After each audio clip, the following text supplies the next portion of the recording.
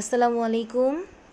যাদের কালকে থেকে পরীক্ষা শুরু অর্থাৎ এইচএসসি 2024-এ যারা অংশ নিতে যাচ্ছ, আজকের ভিডিওটা তাদের জন্য। আমি এমন একটা সময় ভিডিওটা আপলোড করতে যাচ্ছি যখন আসলে তোমাদের পড়াশোনা শেষ বলাই চলে, হয়তোবা রিভিশনটাও শেষ করে ফেলেছো। এই মুহূর্তে যে জিনিসটা সবচেয়ে বেশি হচ্ছে তোমাদের, সেটা হলো টেনশন। কালকে কি হবে, প্রশ্ন আসলে কি আসতে যাচ্ছে, তুমি কি ফুল আনসার করতে পারবে কি না। অনেকেরই আবার মাথা ঘুরাতে থাকে এসব ভেবে, বমি বমি লাগতে থাকে, খেতে ইচ্ছে করছে না।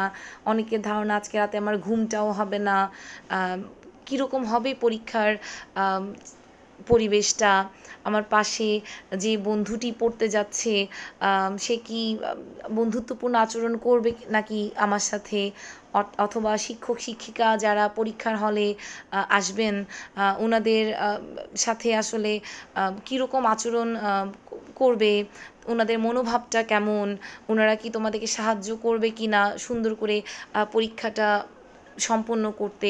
তোমাদের মাথায় আসলে অনেক ধরনের প্রশ্নই আসে। এই সমস্ত প্রশ্নের যখন তোমাদের মাথার মধ্যে এ ধরনের প্রশ্ন দ্বারা একটা ঝড় উঠে, পরীক্ষার প্রিপারেশনটা কতটুকু হয়েছে এটাই আসলে তোমরা অনেকেই ভুলে যাও। অনেকেরই মনে হয় সব পড়ে ফেলেছি, আবার অনেকেরই মনে হতে থাকে আসলে কিছুই তো পড়িনি। তোমাদেরকে একটা ক্লু দিয়ে রাখি, যাদের আসলে অনেক বেশি টেনশন হয় পরীক্ষা সংক্রান্ত, তাদের পরীক্ষার প্রিপারেশনটাই আসলে ভালো। কেন জানো? টেনশন তাদেরই হয় যারা পড়াশোনা খুব ভালো করে করেছে। তার মানে এটা না যাদের টেনশন নাই তাদের পড়াশোনাটা ভালো হয় নাই। তাদের পড়াশোনাটাও ভালো হয়, তবে তারা একটু ভিন্ন ধাঁচের। সবাই আসলে টেনশনটা করে না, এক একজনের স্টাইল এক এক রকম হয়। অনেকে খুব ভালো করে এই টেনশনের সময়টা ম্যানেজ করতে পারে, তাই না? তোমাদের জন্যই বলছি, তোমাদের পরীক্ষা ভালো হবে ইনশাআল্লাহ। নিজের উপর, সৃষ্টিকর্তার উপর বিশ্বাস রাখো। যা পড়ার এতক্ষণে তো পড়া হয়ে গেছে।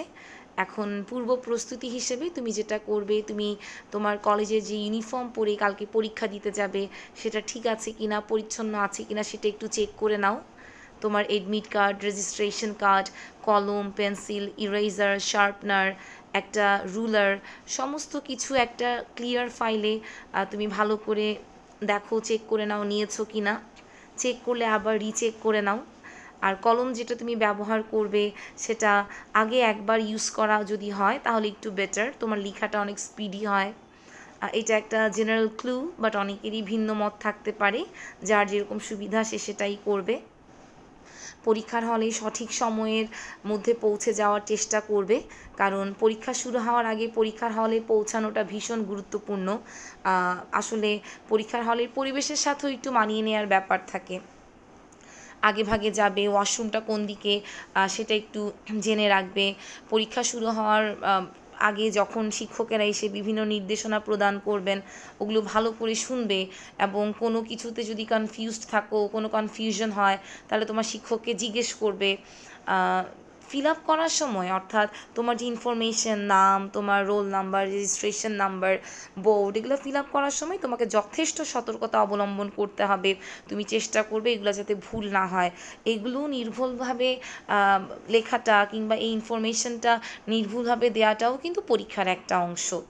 তারপর তুমি প্রশ্নটা দেখে যেগুলো তুমি আগে পারছো সুন্দর করে টাইম দেখে ওগুলো প্রেজেন্ট করবে, যেগুলো একটু কম পারছো সেগুলো তুমি পরে লিখবে।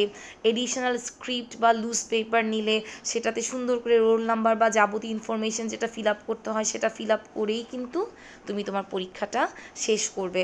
রোল নাম্বারটা লিখেছো কি না, এডিশনাল স্ক্রিপ্টে সিরিয়াল নাম্বার দিয়েছো কি না সেটা চেক করবে। চেষ্টা করবে কাটাছেঁড়া না করে স্পষ্টভাবে সুন্দর করে পরীক্ষাটা দিয়ে আসতে। যেটা কম পারছো সেটা শেষে লিখবে, কিন্তু নিজের মতো করে একটু গুছিয়ে লিখে আসার চেষ্টা করবে। তোমাদের সবার পরীক্ষা ভালো হোক, শুভকামনা।